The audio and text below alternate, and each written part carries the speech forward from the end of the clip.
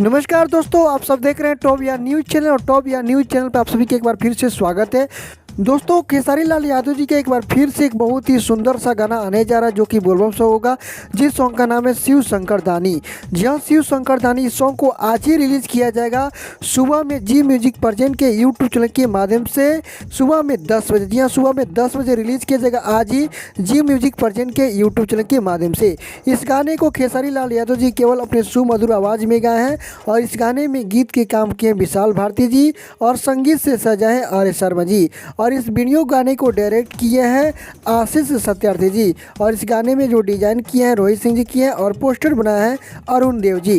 तो दोस्तों, आप सभी को ये गाना जरूर सुनना होगा क्योंकि ये गाना अब तक का सबसे बड़ा हिट माना जाएगा और बिल्कुल साफ सुथरा वाला गाना है। इसमें जो भी भाषा का प्रयोग किया गया बिल्कुल साफ सुथरा भाषा का प्रयोग किया गया। जिस भाषा को आप लोग सुनिएगा वो भाषा जरूर आपको पसंद भी आएगा। तो चलिए साथियों, फिर से मिलते एक नए अपडेट के साथ, तब तक के लिए टेक केयर, बाय बाय।